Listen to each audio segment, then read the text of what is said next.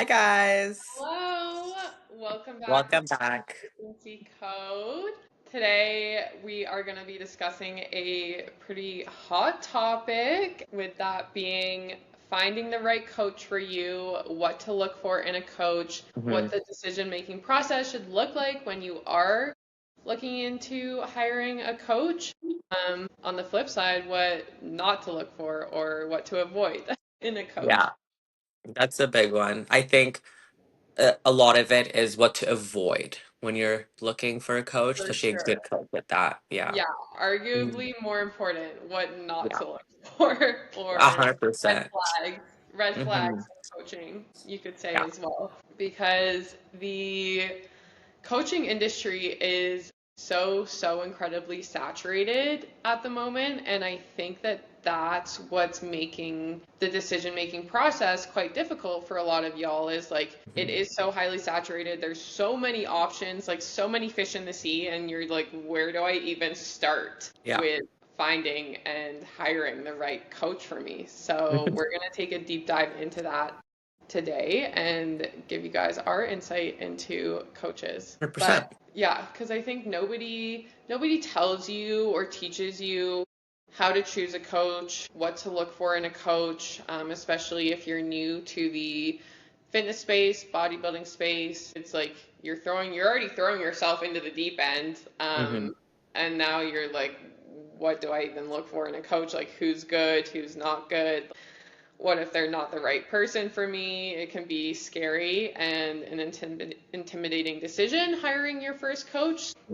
Yeah, we're going to break down the do's and don'ts of finding a coach, how to make sure that they're the right fit for you, how to guarantee or ensure that like you're going to get results as a client, and Yeah. then the biggest red flags that a lot of people ignore when choosing a coach. So, Yeah. We're let's gonna give get you a lot of those ones. Yeah. We need to remember while talking about this too, one of the first things is anybody can realistically call themselves a coach, right? The difference is going to be how much education does one have? Education in the terms of not just a degree, but just the amount of time and effort that they put into investing themselves to have the knowledge that they do. Because this industry is unregulated, right? So it really depends on the client and the coach both, as well as results aren't just magic. Like you can't go to a coach and say, hey, so and so, I want to look like this, and that's that. It takes effort from both, even though they might be the most educated, they have the best results. It comes from also the client themselves, because at the end of the day, who's going to be really executing it? It's you, because they can be a plan, because you can realistically get a plan from ChatGPT, but it's a matter of executing it to your best ability to see the best results. 1000%. And Mhm. that's something I tell my clients too when they first sign up with me is like, look, I have an expectation of you as a client to fulfill um, your responsibilities as a client and to follow and execute the programming that I'm giving you, because you can lead a horse to the water, but you can't make it drink, right? So I can give you the Exactly. perfect plan in hindsight, but if you're not executing and committing yourself 100% to the Mhm. program, you can't expect results. You can't expect results from the work you're not putting in. Exactly. Another part that I want to reiterate is like what you just said about anybody can throw coach next to their Yeah. name these days. Like there's It no happens quite often. regulations in the industry. You don't have to pass any exams to be able Yeah. to call yourself a coach. And so it's important, yeah, to recognize like what education a coach has, but also like what experience do they have and what client transformations are they able to share with you, because that's what matters most. Like I get people Mhm. asking me all the time like, "Oh, what are your certifications? What's your background? What's your education? Yada yada." And like I always tell people like, "Yes, I have a degree. I've done XYZ courses, and I've invested thousands and thousands into my education and mentorships. But what matters more beyond all of that is like the experiences that I've gone through, not only like working with a coach myself, but also like experiences working with clients because no two clients are the same. Everybody teaches me something new and something different. There's no one size fits all approach when it comes to coaching. So with every client I have, I gain more insight and more knowledge that I can then apply to somebody else as well. What I want to ask you is on that topic, what do you think of when people say you can't be a good coach if you've never had a coach? That's something that's been discussed, and I don't know how to feel about it. I want to see what your insight is. I want to say that like it's person dependent and maybe there are like few people out there Hmm. who are great coaches and also have never had a coach themselves. But for me, like the experience that I've gained through working with a coach for the past 4.5 years is invaluable. Hmm. Like for me, most of what I've learned has been through my own coaching experiences and walking the walk myself. Exactly. And honestly, maybe that's the more important side of things is actually walking the walk yourself Hmm. and looking and doing the part yourself versus working with a coach. Like I know there's great coaches out there who don't have coaches themselves, but at least like they're in shape, you know? Hmm. They look the part, they act the part, and I think that that is probably the more important part of the equation. Yeah. You know, like with any service, you wouldn't go to somebody who doesn't look the part themselves, who you don't respect and who you don't look up to. Like you wouldn't go to a hairstylist who has terrible hair, like you wouldn't go to a dentist with awful teeth. So, Hmm. like, same thing goes for a fitness or bodybuilding coach. They got to be in shape. They got to be actively living the lifestyle that they're expecting you to live so that they know what you're going through as a Yeah. client. And I think it's important that whoever you work with has gone through all of the experience Hmm. themselves. Like if you're hiring a prep coach, like make sure they've gone through a prep themselves is like somewhat might be like an obvious factor, but like Yeah. it has to be said, you know, if like I think it's important that the coach has gone through everything themselves so that then they can relate to what the client is going through. That's totally fair. Yeah. That makes sense because especially when you said for them to truly know what it takes and what it feels like too, you have to walk the walk, right? So that's a really big part. For when we go through certain topics, I'm going to talk about a few don'ts and then Bella can do a few do's, and then we'll go as such, and then bounce off of each other's ideas and see if we agree, we don't agree, whatever there is, and then we can also talk from experience. And I think that will be like a really good eye opener too, because I think we've all had our fair share of like either not the best coaches or not the best protocols or whatever the case might be, and how we could have maybe avoided those if we would look back, right? The one thing I will have to say is when you're looking for a coach, right? You're on the prowl. Majority of people, which I'm guilty of this too in the past, because we're still human, like we can't help it. Our eyes are drawn first. So picking a coach based off of aesthetics or based off of lifestyle envy, right? So if somebody's showing you one thing on their Instagram page, that might not tell the whole story. What will is what kind of clients they're producing. The results should speak for themselves in a sense, right? Also, I hate this one. I see it so much. It's the fear mongering around the amount of spots. So limited, 3 spots left max.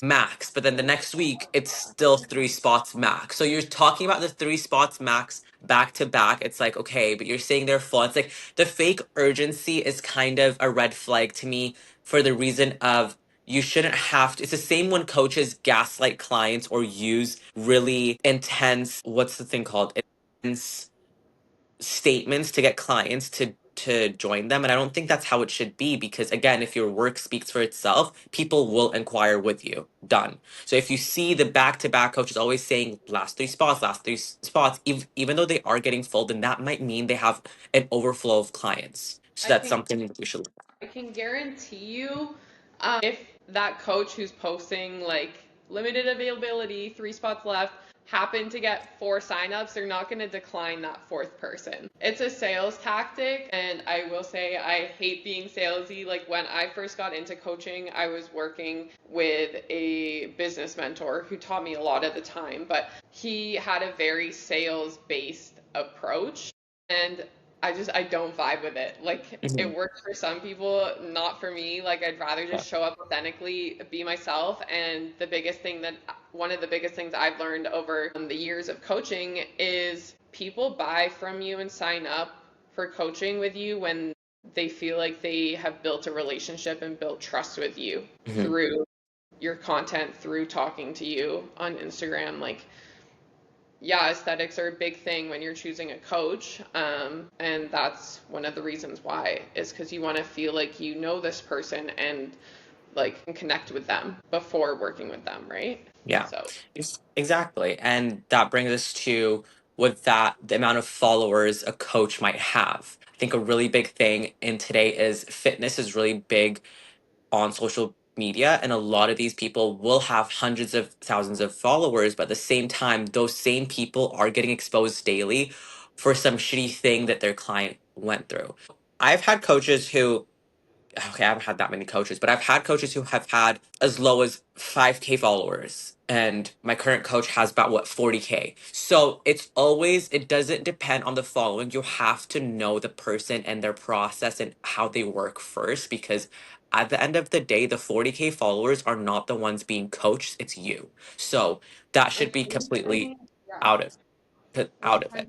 100%. If Yeah. anything, the big name, like quote unquote, like gym fitness influencers are the worst people you can hire for coaches because they don't really have any credibility or knowledge. They're the ones who are misspreading information. Oh yeah, you'll see the most And leading whack you stuff to out there. believe that like you're gonna get toned from Pilates and that you know you can Just eat like nonsense. 1,000 calories a day and like look like them. It's there's always something to it. Also, it's the fact that their followers is what's making you drawn to their coaching applications rather than, hey, this person's values and what they post and stuff really speaks to me, and their clients also look great, so I'm gonna hop on it. Then followers didn't become a thing because even if they have 2 million followers, you went based off of their work. And so just follow your gut feeling. Do not ignore that, because a really big thing is if you have a weird feeling about a coach, feel free to ask around. Like, I kid you not, people will know who it is. And so just, you never know who knows who, especially in this day and age. So yeah, just follow your gut feeling and just go based off of work rather than anything. Yeah, absolutely. Like, look at your mutuals with the coach and like if there's anybody you're close with, like who you're comfortable Yeah. having a conversation with, like ask them what their thoughts are on that coach. Yeah. Like, yeah, ask I'm a around, like stalker. ask current clients, like stalk the shit out of their page, like message current clients and be like, hey, I saw you work with so and Mm, so. Like, what has your experience been like? Like, do your research before signing up with somebody. yeah. Um, yeah, like I said, creep their page for results. Like you shouldn't be signing up with someone just because you took a quick look at their page and you're like, oh yeah, I like the way they look. Like they should have like client transformations all over their page so that Mhm. you already have that level of trust with them right off the bat. That's literally social proof. Their client results Exactly are right. proof that they know what they're Yeah. doing, that they can get results. Mhm. And it also helps validate the fact that they have helped other people in similar situations as you, which is really important. You don't want to be the guinea pig. That's not a fun time. No, no, no, Definitely no, not. no. So yeah, like it's one thing to like, work with your friend who's just starting off coaching, just like because you're doing them a solid or doing them a favor and like, getting them results or something, but that's a different story. So if you are wanting like a legit coach, like make sure that you've checked their client testimonials. Yeah, reach out to their current clients or past clients. Mhm. Yeah, look into like if they're Everything. actually teaching and if their clients are learning through the process rather than just Yeah. like being a source of motivation.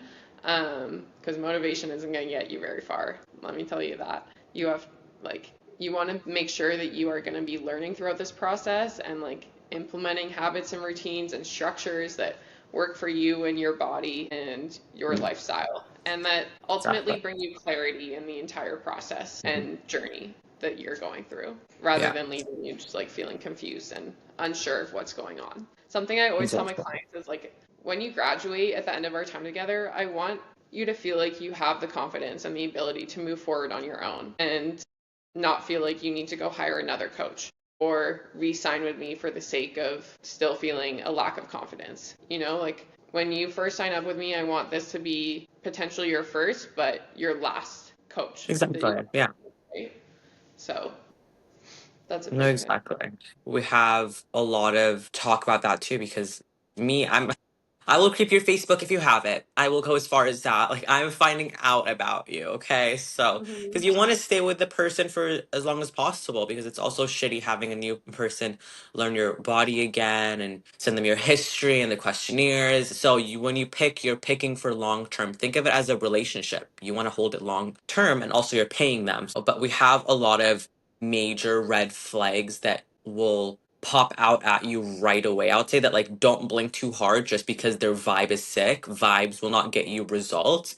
At the end of the day, again, their work will. So my biggest one is defensiveness from coaches. So if you're asking them anything, if you're questioning your plan or if you're questioning timelines, anything, if they cannot answer you with certainty or not even certainty, if they don't know, they need to have the humility to say, I'm not too sure about that. That's the biggest green flag to me because I'd rather you say that than say, okay, we can do this in 10 weeks for sure, 110%, but you're just joining and you don't know how my body works. You don't know how I respond to certain things, or they're just plain old defensive. Don't It's giving you a vibe where you feel scared to ask questions. That is a major red flag because, again, this coach might be the friendliest, but at the end of the day, you're paying them, and if they cannot answer questions for you that you ask, you should not be hiring them. Well, And feel like free to leave.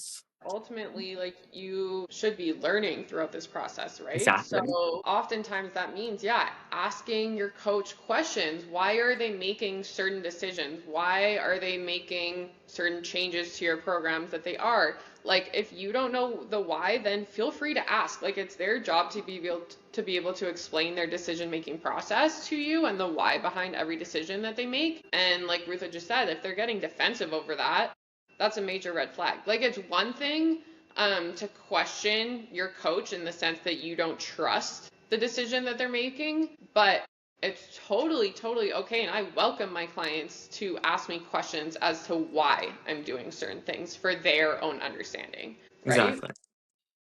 If I hadn't asked my coach any questions over the years, like I probably wouldn't be as knowledgeable or have Mhm. gotten as much out of that as I have by asking him questions. It's a Like perfect example. you can Yeah. almost, yeah, look at your coach as like a mentor for you as well. A two for one. Yeah, yeah. And that also helps to build a relationship with your coach as well, right? Like you like I wouldn't say like, try to become like best friends with them. Like at the end of the day that they're there to be your coach, not your best friend. But like Mhm. at the same time, like it helps a lot when you are able to establish some kind of relationship beyond just like the coach client. Exactly. Because then it just means that you have a better connection and you're going to get better results when you are able to connect on like a slightly deeper level than just surface. And that's a good thing too, because I do believe, like, some people might disagree with this, because I one time saw a podcast that really just rubbed me the wrong way, where they were talking about how, when you hire them as your coach, that's just it, coach. You're the biggest thing. The most I'll text you back in a check-in if things are going great is looking good, and that's that, done. We should not be texting back and forth, and that kind of rubs me the wrong way, in the sense of people are trusting you with their bodies. If people want to ask questions, now they're going to refrain from it because of what you're saying. But then I also heavily focus on the coach and client relationships, as you said, because I do think that you should have a more of a relationship than coach and client to really succeed, in my opinion. But also, it should not be where there's a lack of boundaries. You should not be in constant communication with your coach day and night, because they also have a life. And if that's what kind of doors they're opening up to you, to me, that's a red flag. Even if they're a current coach, I think there is still the level of power here, because at the end of the day, I can't keep repeating this, guys. You are paying them, you know what I mean? So it's just we have to have clear boundaries because of course if you're hiring them you think they're great and you want to have a relationship with them, but there's just certain things that cannot be crossed, and if that's seen from coaches, because as a woman still you need to protect yourself too. So Remember, your yeah, coach is coaching you like as their job. So yeah, you wouldn't be texting like your hair girl like 24/7. Like, everyone requires time off. So yeah, respect your 100%. boundaries, but Hmm. yeah, it also like it goes both ways, both ends of the Hmm. spectrum, like, right? Like you don't want to just have a super surface level relationship with Exactly. your coach where like they're not Yeah. really giving you detailed check-in responses, where you just Hmm. don't really feel that level of like connection with them. But at the same time, they're not your best friend, they're not family. Like maybe, I mean, lots of people do have relationships with their coaches who feel like family. But all I'm saying is like at the end of It's the really day, each they are your person. coach and Yeah, they aren't going to it's be really. 24/7 or 25/8. Unless you're Yeah, like deep into prep, that's a different story. Like yeah, if you're at the end of your prep and you're checking in like super yeah. often, that's a different story. But for the And most part, like it's very person dependent too. Like there are the rare occasions like where it's like coach turned best friend, which is totally fine, but that shouldn't be an expectation. no, no. Yeah. But you do want to feel valued as a Oh, client. You 100%. don't want to feel like you're being 100%. ignored or like other people on the team may be getting different treatment than you are. Hmm. Favoritism. That's actually a big thing. It's a really big thing that's kind of crazy, which ties into when Bella said like about these big name coaches or big followers. The thing is, at the end of the day, they have a lot of clients, and favoritism is a thing, especially if it is bodybuilding, because you have to also understand who you're hiring to value you, because regardless, you are a valuable person because you're taking the step to hire a coach. So if you feel like you're not being valued as a client, as the next person, it's time to leave. It's time to leave because I see this time and time again, and it's don't take clients if you don't Nothing want to give them the grinds my proper gears attention. more than when I It's see so like bad. a bodybuilding coach put multiple clients on stage at the same show, right? Like one or two of them look amazing, show up on point, and then the rest look like bags of milk. And you can tell who the favorites are. Sorry. You need to stop with bags of milk. I've been saying it too, and it's awful. Yeah, but like Sorry, my that's toddler true. knows. It's true, like whether you're overwhelmed or you just don't care, like because at the end of the day, the coaches are not dumb. They will know what girls are gonna do better, whatever the case might be. But at the same time, if you are just gonna focus on the girls that will always win, how are you gonna create a roster of winners then? If that's what Yeah, and it's a you bad want, look if that's you horrible. have inconsistent showings. Like it's a Yeah, horrible look. Like it speaks for itself. So I stand behind what I said. we know. Don't worry, we know. You didn't back down. She's standing 10 toes, guys. But yeah, so that's Okay. a really big thing because there Yeah. are girls who come forward every single day about that, and it's way more prominent than we actually think, right? So, Yeah. Yeah. and Another then huge red flag yeah, that also grinds my gears is hearing from multiple clients that they have the exact same program. And I have heard about this happening, and it is mind-boggling. It actually blows my mind how you can be giving the exact same set of macros and meal plan to a male bodybuilder, 200 pounds, and a female bikini girl, like 130 pounds. it's just lazy. They're just lazy. I'll say it. You guys are lazy and weird. Okay, Yeah, quit it. It's like not good. It's not good. truly baffles me. Like, what's the point? What's the point? Because that's your job, no? So it's either lessen the load of clients you have, or just put on your big boy pants, or and And you're get not it going to done. get results and transformations from that. So I don't understand. You're being lazy and you're just digging yourself a hole. And like Oh, ultimately the truth always comes out. So that's always, a bad look. always. That's a horrible look for you. Like it's going to And ruin your also, reputation if you're giving out cookie cutter programs. have you heard of not only just nutrition but training programs for girls? Okay, training programs. I Training will be programs are the exact I'll same. be I'll be first to say this. I have had a coach, I'm not afraid to say it. I've had a singular coach, and I know you know who you are, sir.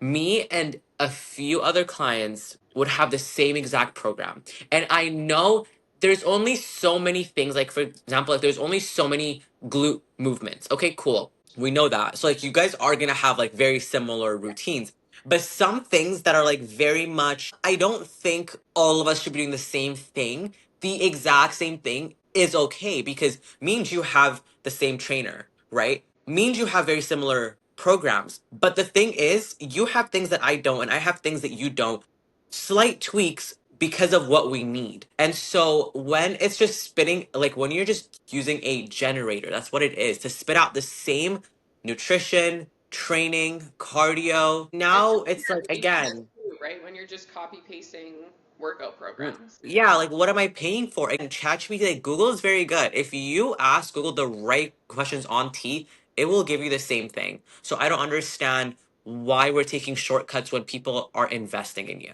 Agreed. And yeah, there's only, what's the saying? Mhm. Only like so many ways to skin a cat. Yeah. Like, there are specific ways to build glutes that do work for everybody. There's only so many different variations of glute training that you can make up. And Mhm. if it works, it works. Run with it. Like, give it to your same group of female bikini girls. But ultimately, everybody's physique and biomechanics do differ, and everybody's goals differ as well. So there should be slight tweaks to these training programs. Like, 100%. the meat and potatoes can be the same, the backbone, the foundation can be the same, but like there still should be tweaks made so that it is still individual at the end of the Yeah. day. We need to cut that out. It's not classy anymore. It's not classy Even anymore because I don't worse want to when look over. females and males receive the same training program. Bikini girl receiving a training program with a bunch of quads and chest and arms in it Oh, chest pisses me off because when I makes see it that, make sense. why are we benching? Why are we no, not even why are we incline benching? Tell me that right now. Incline Barbell, by the way. benching, like cable flying. Why am I wasting like so much volume on chest that could be going towards my delts or my glutes? And this is what I mean. And it's exactly what I mean because take me and somebody else. Because I've seen bikini girls hit biceps, triceps, sure. I don't hit any of those, okay? So that's where it differs in people's physiques. So Exactly. we're not doing that though. So it's like we're afraid to do the little like nitty gritty things because we want to save time so that we can do other BS. Cut it out. Cut Hmm. it out. Yeah, I'm the same way. Like I haven't trained arms at all this off season I low key because miss it. I miss it so much, but I do, but I also don't love training arms to be honest. It was always kind oh of like no. points for me at the end of my lifts, like to hit my buys and tries. I'm like, fuck, I just want to get out of here at this point. It's so, but I just want to feel one good bicep pump. But triceps, I Nothing don't like a even. good bicep pump. I can't lie. Sometimes I'll just pick up a couple dumbbells Oh, and just 100%. because. It's just to pump it out. But triceps, don't even talk to me about them. I don't care. But yeah, let's get into the topic of now transferring to the client themselves, right? How to be a good client. And you might think this is very common sense, but you would be surprised. You You would would be be very surprised. surprised. Right. So there are actually things that can make you a better or just a good client overall. And I've seen certain clients act a certain way where it's even made me go like, I do hate to agree with the coach in this sense, but the coach is correct. And the first things is gonna be follow the plan before questioning it. It's a really big thing. Your Hmm. coach gives you a plan and you're just not really following it. It's just like really flimsy. Like when you feel like it, when you don't, you're not, whatever. And then you go back and you're questioning it, questioning as to why you should be doing it, questioning as to why that's your plan, questioning why the results are not coming. But the coach can only do so much. This is where it's not magic comes in. If you're not gonna follow the plan for even just 2 weeks, just to see how you feel, your room to question why results are not happening or questioning the plan go out the window because you have not tried it. So we also have to differentiate questioning things about your plan to your coach before or during as you're doing it though. So that if you're questioning it beforehand, maybe things can be changed, like whether it be foods, So whatever the case might be, not when you're in prep. I'm gonna be honest with you. In prep, you get what you get, unless you're like allergic, it doesn't digest well, or something. But what you have, especially as a lifestyle client, you have a lot of room to request for things if your coach sees fit. They will more than happily do it. But you cannot question a plan without doing it fully. That just you don't have. There's nothing there. You can't say it's not working if you haven't even tried it. They just don't feel like it. That's why.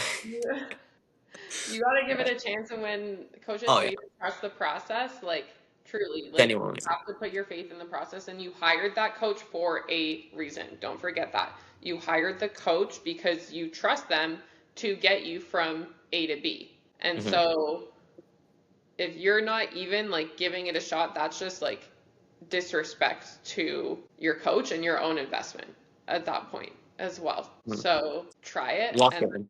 yeah, it's okay to like ask questions. Why are we doing things the way that we Hmm. are? What's the reasoning for this? But you can't question it before you even put effort and time and consistency into it. Hmm. Consistency is the key to results. I'm sure you've heard this time and time again. Consistency is the biggest driver of success. So if you're not being Always.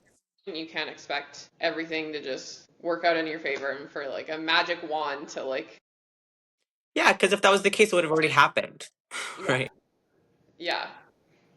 And another thing that's really important as a client is to be honest with your coach. Your coach can't make accurate adjustments and updates to your plans if they don't know what's going on behind the scenes. Like your coach is making adjustments and updates to your programs based on the information that you're telling them. So if you're withholding information from them or maybe just not giving them the full truth about say something you had off plan or like just lying about how the week went or whatever it is in your check-in, then your coach isn't able to help you if they don't have the information. So I always tell my clients like nothing is TMI. Nothing is Exactly. TMI. Like give me the info and the deets on your bowel movements, on your digestion, on your sleep, on your stress levels, like on your Mhm.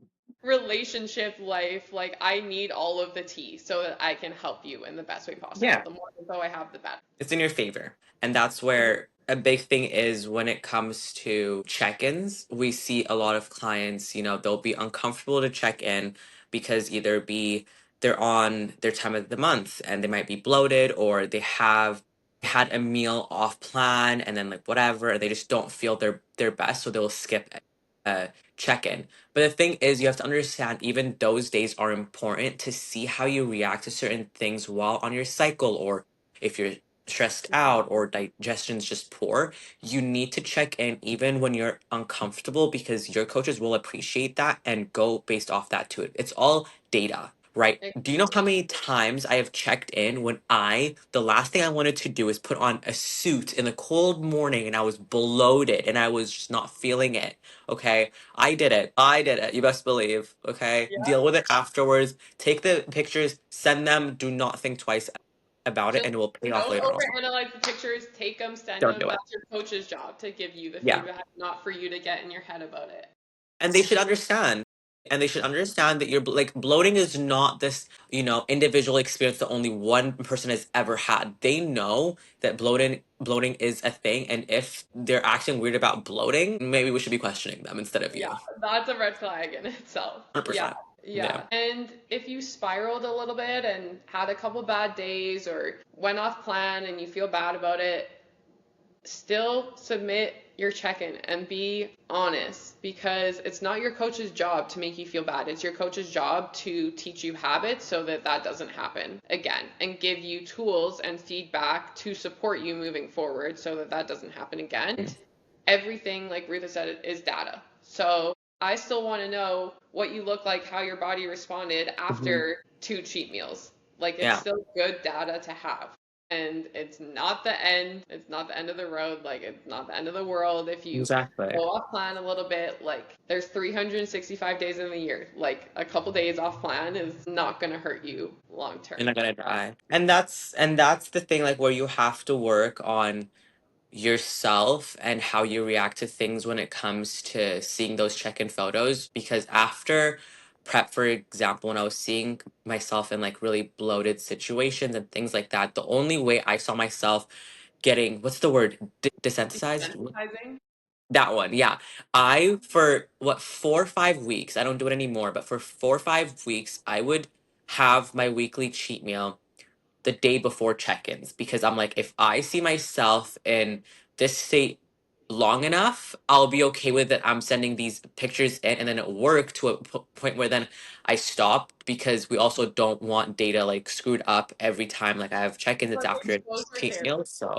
Exposure therapy at its max, I tell you, because I even surprised my coach. I was like, "Yeah, I need to have my cheat meal the night before because I shouldn't be afraid for you to see me like in like a situation like where I'm bloated or inflamed or whatnot," and that helped. And now I'm taking those pictures no matter what situation. Okay, you're gonna see me at every form. Yeah, Genuinely. Yeah. Like Rutha said, early in the morning, like middle of winter, didn't sleep well, like on it's your period, horrible. bloated, like haven't pooped in a day, like we're still taking our pictures. You still have to do it.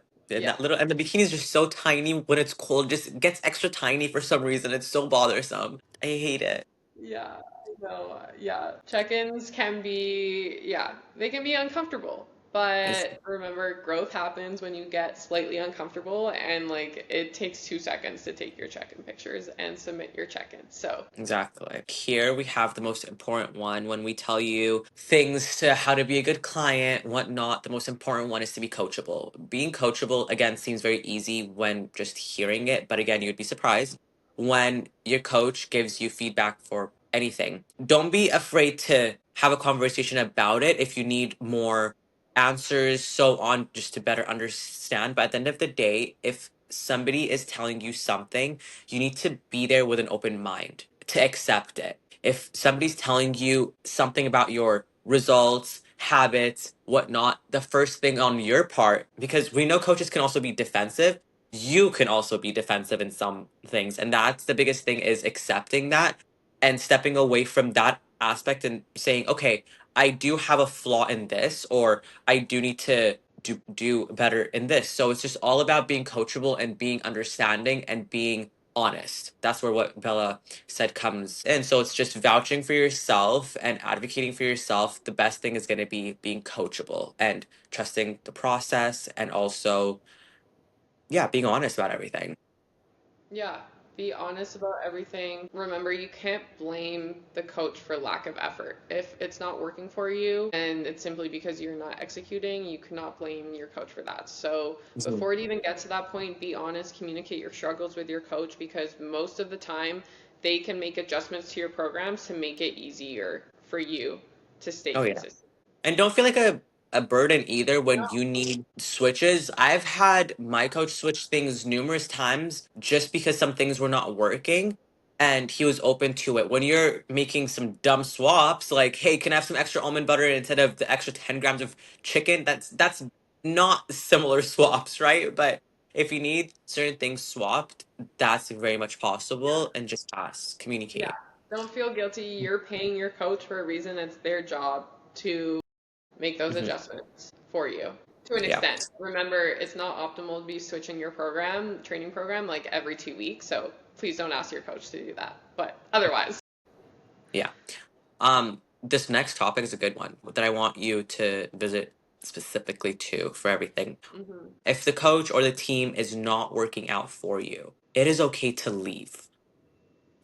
It's okay to If you walk do away. not feel in alignment anymore Mhm.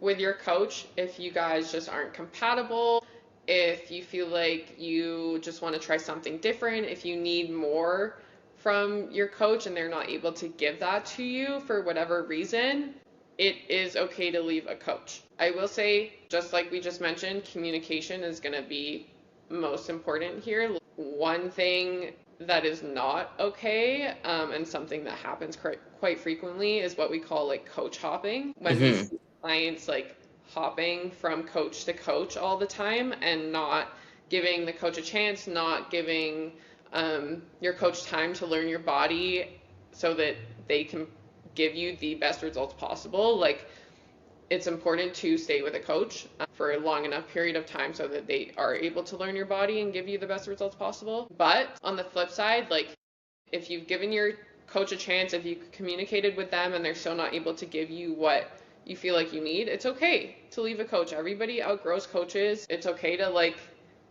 move on from your original coach to somebody else. Like pros in the industry swap coaches all the time for various reasons, and it's not necessarily a bad look or a bad reflection on you or the coach that you have moved on from. Oftentimes we just need something more, and it's totally okay. Exactly. I think what Bella said, the most important thing is communication. You can't also, even though something might have happened with a coach, the best thing to do for your part is just send a message. Do not ghost. See if you can maybe talk it out and see if there are changes that the coach can make that could benefit you. Or if you're just like, hey, this is actually stopped working for me, send a message. It's just, it keeps your name also clean, whether it be you're switching coaches, because people do talk, right? So you always want to do what's best for you. But take me, like when I switched to my current coach, I sent a very long, it could be short, but it was just a text saying, hey, like, this is just what I need right now, whatever, done, done. And the coach understood, and I got a new coach. There was no bad blood there. But if I went about it where I just ghosted and I just popped out with a new coach, then that's where, okay, there is still a line of respect that needs to be had no matter the situation. And so don't think of it as I'm really scared to leave a coach, so I'm just gonna ghost him. That's gonna go worse, trust me. It's better just to text it, clear the chat, move on. If that's how how much anxiety it's causing you, then that's the best way, but still Yeah. communicate it fully, yeah. One of the worst things you can do as a client is ghost your Oh coach. yeah.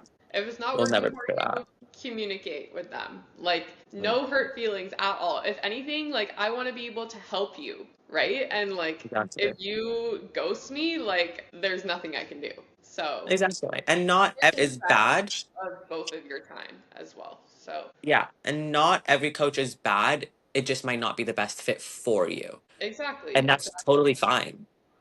Because you're And supposed to be oftentimes there's selfish. only one way to find out if a coach is a good fit for you, and that's working with Mhm. them, right? So, it's Don't be not. afraid to be selfish about it because it's your results too at the end of And the day. yeah, like anything in life, you have to ultimately do what's best for you and follow your heart, follow your gut. Like, if something's not working for you, then that's okay. Just be respectful and yeah, do what's best for you. What do you think you've learned the hard way when it comes to coaching or coaches in your past? Whether it be So, like you as a client or whatever. I've only ever worked with one coach. Okay. So, I can't speak on trialing different coaches and like I only know what my coach is like because I've only ever worked with him. I don't have anybody else to compare him to, like with firsthand experience. But one thing I will say, probably the most important thing I've learned, which we touched on a lot in this episode, is communication.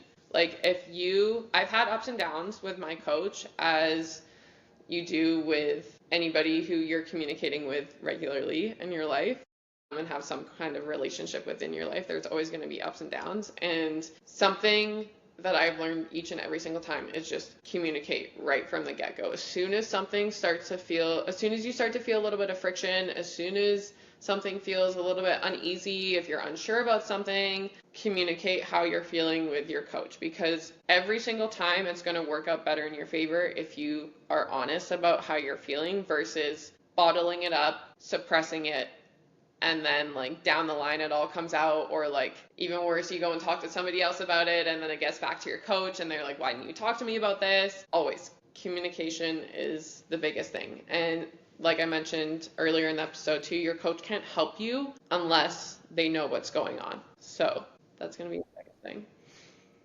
It's amazing, yeah.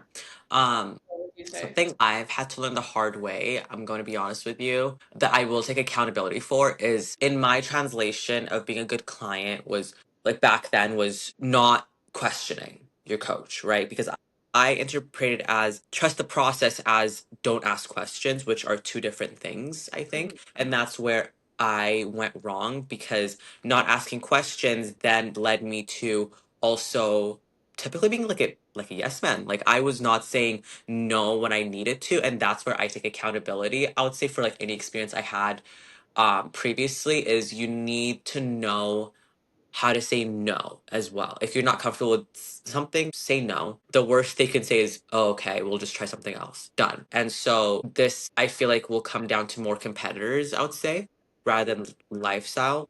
It could too, for sure. But for competitors, I think our biggest thing where we could turn and get burnt is where we don't have a boundary where we can say no because we might feel pressure or might feel like that coach might be mad, anything. If you feel like something's off, speak up, which is what I didn't do and I learned. And now it's, I can't shut up, right? Now my opinions are overheard, actually. So it's just learn to speak up for yourself when it's needed. Yeah. Yeah. And trust your gut, trust your instinct. If something doesn't feel right, then yeah, ask your coach. Why are we doing Yeah. this? Why have you made this call? Can you explain your why and your decision making process? And if they And get if they defensive, can't, obviously that's the red flag. But time to go. Time yeah, to go. exactly, Yeah, exactly. perfect. I So, like yeah, that. if you're going to take one thing from this episode, make sure that you are in alignment with the coach mentally and physically. Make sure that they're able to prove that they can get you the physical transformation and the results that you're hoping for, but also like this whole journey, finish journey, isn't just about the physical, it's also about the mental Mhm. mindset, also about internals like your gut health, your digestion, your hormone health. Like there's so many factors that go into it. You need it all. Yeah. So don't just invest in a good coach. At the end of the day, invest in showing up properly. And so that will come with the good coach then, because if you're showing up properly, that means your coach has done their job and so have you. So it's a two-way street. 1000%. Always a two-way street. Exactly. But that's all we have for you guys today. I hope you enjoyed that. I think this was a very good one for those who either are thinking about getting a coach or just, already in the process of looking for one. There's a lot of coaches out there, and we hope you took away from this and it gives you extra tips and tricks to use as you're navigating that realm. 100%. And we're always here if you have questions about hiring a coach, what to look for. Drop us a comment or DM, and we're here to support you because I know it can be a very overwhelming process. 100%.